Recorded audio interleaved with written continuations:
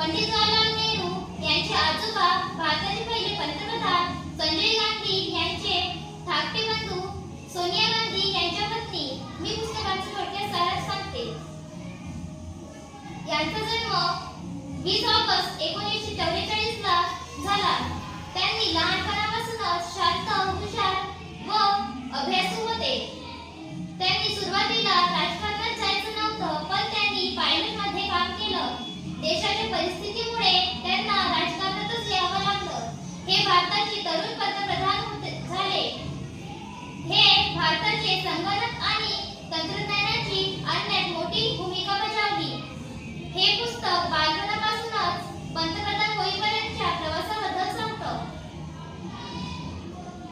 देशसेवा ही सर्वात मोठी असते. प्रामाणिकपणा, मेहनत आणि साधेपणा, आधुनिक विचारांनी देश पुढे जाऊ शकतो. कशीही परिस्थिती असल्यामुळे हार न मानता आपण देशासाठी काम केलं पाहिजे. मला या पुस्तकातून हा संदेश मिळतो. मला हे पुस्तक आवडलं कारण ही पुस्तक प्रेरणादायी आहे आणि राजीव गांधी यांनी लहानपणापासूनच जबाबदारी स्वीकारली. राजीव गांधी होते महान. राजीव गांधी भारताची शान. देश सेवेसाठी त्यांनी दिले जीवन महान. तंत्रज्ञानाची दिली नवी दिशा. भारताची प्रगतीची पेटवली आशा. धन्यवाद. ज्ञानाची ज्योत मनामध्ये पेटवूया, पुस्तकांच्या विश्वात रमूया. ज्ञानाची ज्योत मनामध्ये पेटवूया, पुस्तकांच्या विश्वात रमूया. वाचनातून ज्ञान मिळवूया, नव्या विचारांची वाट धरूया.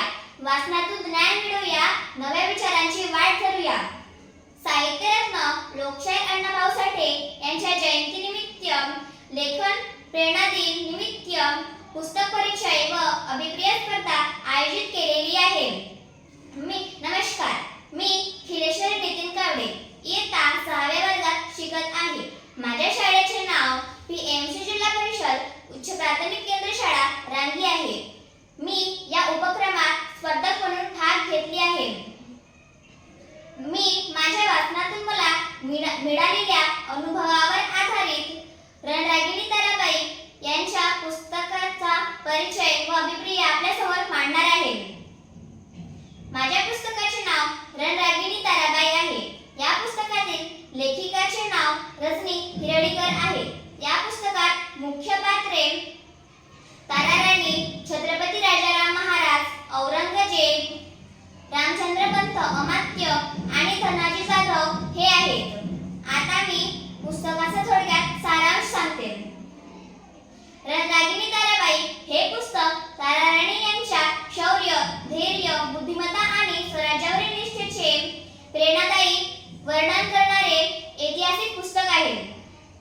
छत्रपती राजाराम महाराजांच्या निधनानंतर स्वराज्यावर मोठे संकट आले. अशा काळात ताराराणी यांनी स्वराज्याची धुरा सामर्थ्यपणे सांभाळली.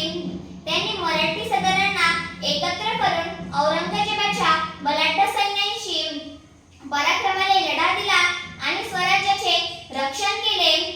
त्यांच्या दूरदृष्टी, युद्धनीती आणि नेतृत्वाच्या बळावर त्यांनी अनेक संकटावर मात केली. त्यांच्या पराक्रम, त्याग, देशप्रेम आणि कर्तव्यनिष्ठाचे प्रेरणादायी चित्रण या पुस्तकात सुंदरपणे केले आहे. मला या पुस्तकातून धैर्य, चिकाटी, देशप्रेम, स्वाभिमान आणि कर्तव्यनिष्ठाचे महत्त्व समजते. संकट कितीही मोठा असेल तरी धैर्याने त्याचा सामना करावा हा प्रेरणादायी संदेश मला मिळाला आहे. हे पुस्तक मला खूप आवडले कारण ताराराणी यांचे धैर्य, शौर्य आणि नेतृत्व मला खूप प्रेरणादायी वाटते. या पुस्तकामुळे मला इतिहासाची माहिती मिळाली आणि संकटांना न घाबरता त्यांचा सामना करण्याची प्रेरणा मिळाली. शेवटी मी एवढेच सांगू इच्छिते की ताराराणींच्या शौर्याची कथा मनामध्ये कायम ठेवूया. ताराराणींच्या शौर्याची कथा मनामध्ये कायम ठेवूया. इतिहासातून प्रेरणा घेऊन आपण नवा इतिहास घडवूया. इतिहासातून प्रेरणा घेऊन आपण नवा इतिहास घडवूया. मी दिलेल्या